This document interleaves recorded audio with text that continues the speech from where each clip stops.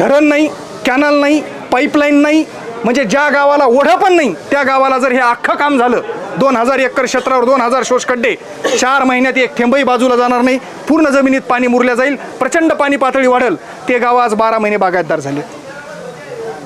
तर हे सगळं काही खूप कमी पैशात होतं, कमी वेळेमध्ये होतं. स्वतः शेतकरी याला करू शकतो. तुम्हाला 20 एकर जमीन आहे, एक JCB मशीन आणा, 10 घंट्यात 20 खड्डे करती आणि दगडं तुम्ही तुमच्या कुठून आनंद भरा, संपला विषय.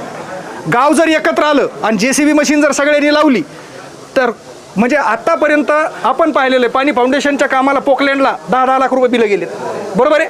5 लाखामध्ये 2500 एकरचं क्षेत्र आम्ही कंप्लीट करतो, 5 लाखात.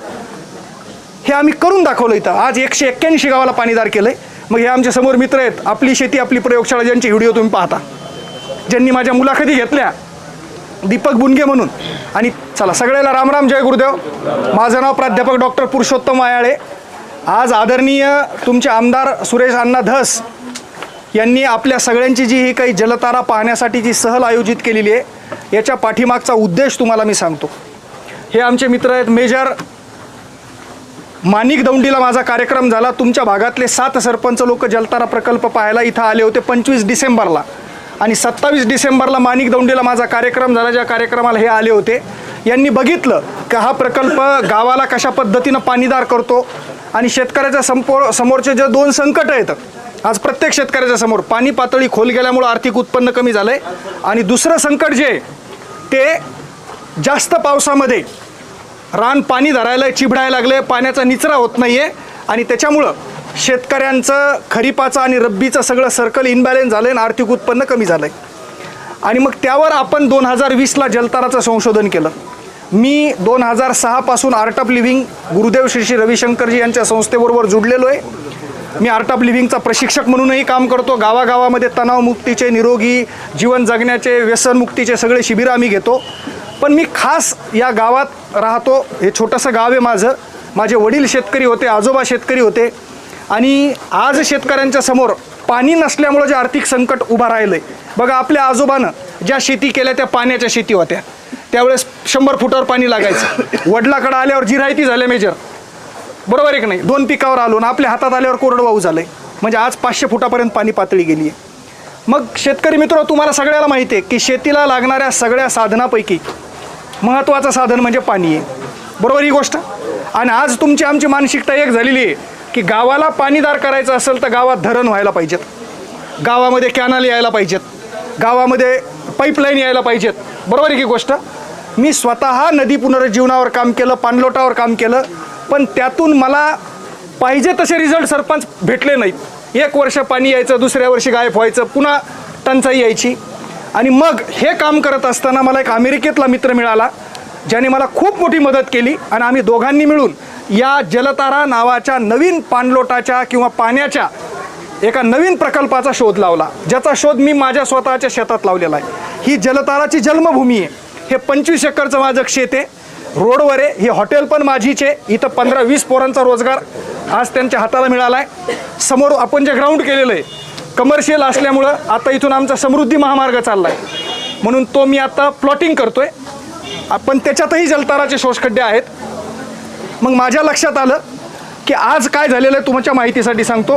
पाऊस पडतो आणि वाहून जातो, पाण्याला थांबायला जागा नाही, आणि पाण्याची साठवणूक ही जमिनीच्या वर नाही आहे, पाण्याची साठवणूक जमिनीच्या खाली आहे, बरोबर आहे. मागच्या 50 वर्षापासून आपण विहिरीन बोरवेलनं फक्त भोकाडं पाडणं चालू आहे, बाहेर काढणं भरणं बंद आहे.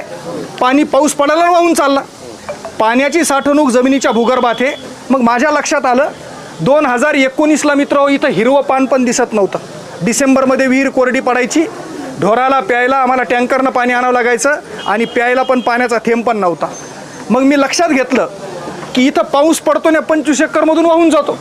मग मी लक्षात घेतलं की विहीर पुनर्भरण एक योजना शासनाची आहे, ज्याच्यामध्ये विहिरीच्या भोवती 4-5 शोष खड्डे करतात आणि पाण्याला जमिनीत मुरवतात, विहिरीची पाणी पातळी वाढते. बोर पुनर्भरण एक स्कीम आहे, बोरचं पाण्याला पुनर्भरण करतो आपण, पाणी पातळी वाढते. मी विचार केला की जर आपण शेताचं पुनर्भरण केलं तर शेतातलं पाणीच बाहेर जाणार नाही, आणि शेतात तर किती मोठ्या प्रमाणावर पाऊस पडतो. 25 एकरमध्ये पडणारं पाणी आज माझं वाहून चाललंय. तुमच्या गावामध्ये पाऊस पडाला आणि दुसऱ्या गावाला वाहून चालला.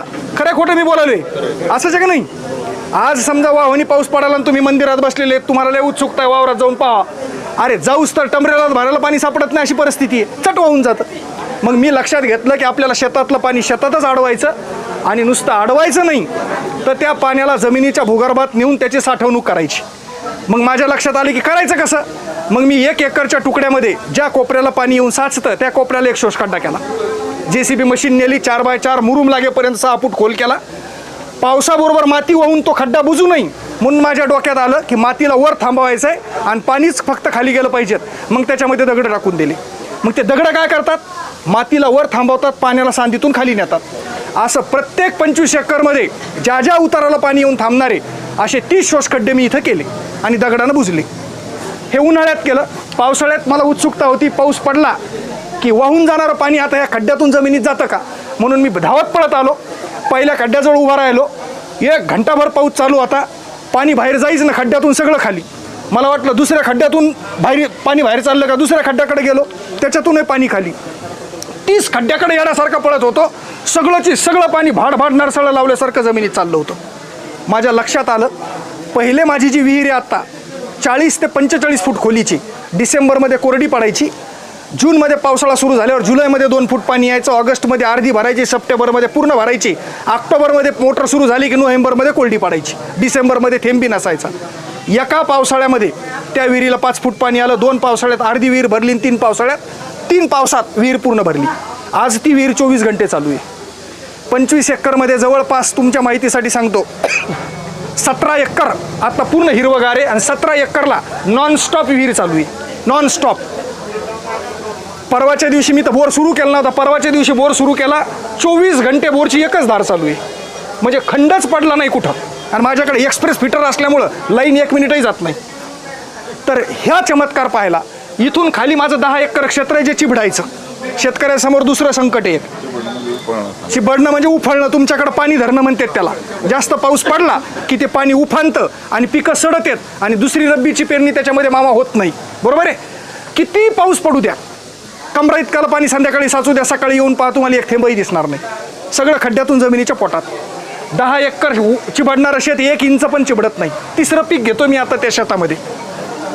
तर हा चमत्कार जलतारानं केल्याच्या नंतर माझी खात्री पटली की आता हा गावाला पाणीदार करणार आणि शेतकऱ्यांना आर्थिक समृद्ध करणार, लखपती करणार. मग माझ्या नजरेत होतं आमच्या गावात इथं मी हा कार्यक्रम केल्यावर माझ्या डोळ्यासमोर होतं की राळेगण एकच आदर्श बनलं, हिवरे बाजार एकच आदर्श बनलं, पण दुसरे नाही बनले. मग मी प्लॅन केला की माझ्या मतदारसंघामध्ये तालुक्यात 221 गावं आहेत, आपण 5 वर्षामध्ये 221 गावं पाणीदार करू. मग 2020ला मी हे संशोधन केल्यावर 2021ला 4 गावं जिथं टँकर यायचं डिसेंबरमध्ये, जानेवारीमध्ये लोक ऊसतोडीला जायचे, त्या गावात हे काम केलं असते. 4ही गावं 12 महिने बागायतदार आहेत. मग 50 गावाला केलं, मग 84ला केलं, मग 35ला केलं. आजच्या डेटमध्ये 181 गावामध्ये 86,500 जलताराचे शोषखड्डे केलेत आणि 1,75,000 जमीन पाण्याखाली आली. धरण नाही, कॅनल नाही, पाईपलाईन नाही, म्हणजे ज्या गावाला ओढं पण नाही त्या गावाला जर हे अख्खं काम झालं, 2000 एकर क्षेत्रावर 2000 शोषखड्डे, 4 महिन्यात एक थेंबही बाजूला जाणार नाही, पूर्ण जमिनीत पाणी मुरल्या जाईल, प्रचंड पाणी पातळी वाढेल, ते गाव आज 12 महिने बागायतदार झाले. तर हे सगळं काही खूप कमी पैशात होतं, कमी वेळेमध्ये होतं. स्वतः शेतकरी याला करू शकतो. तुम्हाला 20 एकर जमीन आहे, एक JCB मशीन आणा, 10 घंट्यात 20 खड्डे करती आणि दगडं तुम्ही तुमच्या कुठून आनंद भरा, संपला विषय. गाव जर एकत्र आलं आणि JCB मशीन जर सगळ्यांनी लावली तर म्हणजे आतापर्यंत आपण पाहिलेलं आहे, पाणी फाउंडेशनच्या कामाला पोकलँडला 10-10 लाख रुपये बिलं गेलेत. बरोबर आहे. 5 लाखामध्ये 2,500 एकरचं क्षेत्र आम्ही कंप्लीट करतो 5 लाखात. हे आम्ही करून दाखवलं इथं. आज 181 गावाला पाणीदार केलंय. मग हे आमच्या समोर मित्र आहेत, आपली शेती आपली प्रयोगशाळा, ज्यांचे व्हिडिओ तुम्ही पाहता, ज्यांनी माझ्या मुलाखती घेतल्या, दीपक बुनगे म्हणून, आणि त्यांनी हे व्हिडिओ प्रसारित केले आणि त्या व्हिडिओनं विक्रम केला. 50-50 लाख लोकांनी व्हिडिओ बघितले. आणि मग अण्णांना पण व्हिडिओज बघितला होता आणि त्यांनी मला त्या दिवशी मच्छिंद्रनाथ गडावर बोलवलं. या लोकांनी एवढा सत्कार केला की प्रोटोकॉल नसताना मला CMच्या हाताने यांनी सत्कारित केलं. आणि मग त्याच दिवशी अण्णा म्हणले की माझ्या तालुक्याला पण मला पाणीदार करायचं आहे. मित्र, शेतीला लागणाऱ्या सगळ्या साधनापैकी पाणी महत्त्वाचं आहे. मी माझ्या तालुक्यात जे काम केलं त्या गावात अशी परिस्थिती होती, 10 एकरच्या शेतकरी, 10 सदस्यांचं कुटुंब राहणारं, पाणी नसल्यामुळं एक माणूस शेती करायचा, 9 रोजदाऱ्या करायची. आज त्या 10 एकरला पाणी आलं, 10च्या 10 जण वावरामध्ये काम करायलेत. बाब दिवसादारी धरायला, पोरगं संध्याकाळी धरायला, बाया माणसं त्याच्यातच मेहनत करायलेत. हजारातलं उत्पन्न लाखात गेलं आहे. बरोबर आहे ही गोष्ट. नोकरीची गरज नाही, कोणाच्या पुढं हात पसरायची गरज नाही आहे. असं स्वयंपूर्ण शेतकऱ्यांना पाणी करतं आणि ते इतक्या सहजतेनं आपण जलताराच्या माध्यमातून आज शेतकऱ्यांच्या समोर हा एक प्रयोग ठेवलेला आहे. आज तुम्ही इथं आलात. आता ही माहिती सांगून तुम्हाला मी दाखवणार आहे की प्रत्येक एकरमध्ये आपण कसे नॅचरली स्लोपला खड्डे केलेले आहेत, त्या खड्ड्यामध्ये पण किती पाणी मुरतं याचं पण ट्रायल मी तुम्हाला दाखवणार आहे. कारण खूप लोकांना वाटतं, आणखीनही आपली मानसिकता आहे की धरणच पाहिजेत. बरोबर आहे का, कॅनलच पाहिजेत. आत्ता तुमचा पहिला कार्यक्रम होता ना खुंटेफळला, अण्णा बी भाषणात सांगत होते 4 TMC द्या आम्हाला. अरे मी सांगतो तुम्हाला, तुमच्या आष्टी तालुक्यातल्या 127 किंवा 150 गावामध्ये हे काम करा. तुम्हाला मी सांगतो, तुम्हाला धरणाची गरज नाही, की 1 रुपयाची गरज नाही. अख्ख्या आष्टी तालुका 100% हिरवागार आणि पाणीदार आपण करू. कारण 4 महिन्यामध्ये जे पाऊस पडतो ना, या पावसाचं व्हॅल्युएशन तुम्हाला माहीत नाही आहे. एक खड्डा किती पाणी नेतो याचे कॅल्क्युलेशन मी तुम्हाला दाखवणार आहे आता काही वेळामध्ये. चक्रावून जाल तुम्ही त्यावेळेस म्हणता की एक खड्डा काय चमत्कार करू शकतो.